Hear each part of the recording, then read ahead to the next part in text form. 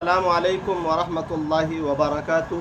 मुहतरम नाज़रीन व सामिईन, आज की इस वीडियो में हम इस बात को समझने की कोशिश करेंगे कि हज की कितने किस्में हैं। इसलिए कि अभी माशाअल्लाह हमारे बहुत से हाजी भाई हज को निकल चुके हैं और बहुत से जाने वाले हैं और सबकी तारीख़ें फ़ाइनल हो चुकी हैं।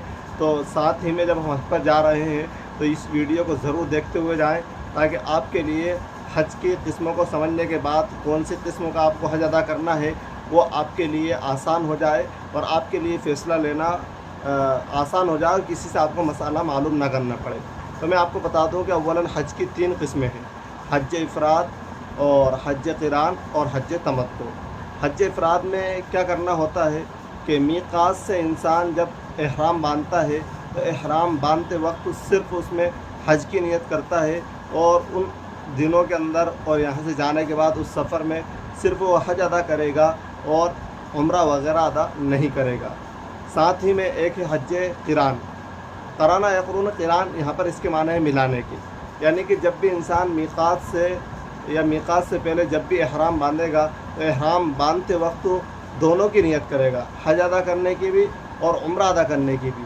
और जैसे वो मक्का पहुँचेगा तो मक्का पहुँचने के बाद सबसे पहले उम्रा अदा कर लेगा और उम्रा अदा करने के बाद एहराम को खोलेगा नहीं, बल्कि एहराम को बांधे रखेगा और एहराम की जो सारी पाबंदियां हैं उस पर पाबंदियां आयद रहेंगी और उसका लिहाज रखना उसको ज़रूरी होगा, यहाँ तक कि हज के दिन शुरू हो जाएंगे, फिर उसी एहराम से वो हज भी अदा करेगा। ये है हज क़िरान। और एक है हज तमत्तु। आज के ज़माने में जितने भी हुज्जाज इकराम बाहर से जाते हैं, क्योंकि हज के दिनों से काफ़ी दिन पहले पहुंच जाते हैं, तो अक्सर हुज्जाज इकराम हज तमत्तु करते हैं।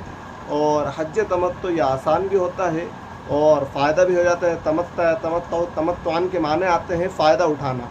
क्या मतलब?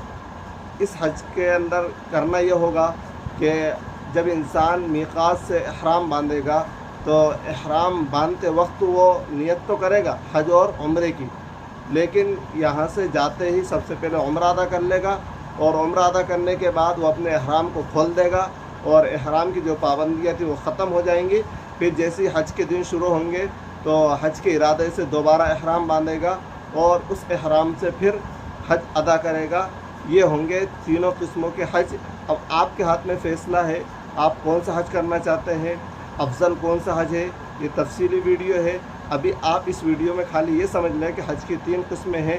माशाअल्लाह, अल्लाह आपके हज को कबूल फरमाए। आप जा रहे हैं और आप अपनी मखसूस दुआओं में इस बंदे को ज़रूर याद रखें। अल्लाह आपके हज को कबूल फरमाए, रुकावटों को दूर फरमाए, आसानियाँ पैदा फरमाए। कमेंट में आमीन ज़रूर लिखें। अस्सलामु अलैकुम वरहमतुल्लाहि वबरकातुहू।